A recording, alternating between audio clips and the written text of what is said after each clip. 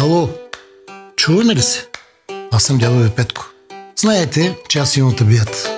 Обичам мезето да бъде нарязано и наредено с вкус. Трябва да има ред. Не може домакина да се изложи на масата. И понеже съм известен малко, днес ще ви покажа как се реди мезе ала дядо Петко. Имаме един нож, много остър. Показах вече как се точи. Внимавайте. После имаме една дъска. Трябва да е от дърво.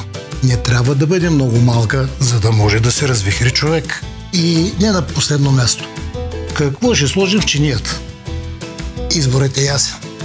Луканка тандем.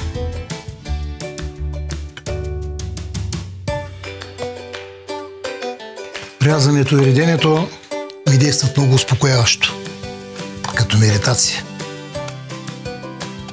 И накрая ще попитате, дядо Петко, колко трябва да бъде тънко едно мезе? Веднага ще ви кажа. Мярката е на око. Айде сега със здраве. 30 години тандем. От поколение на поколение.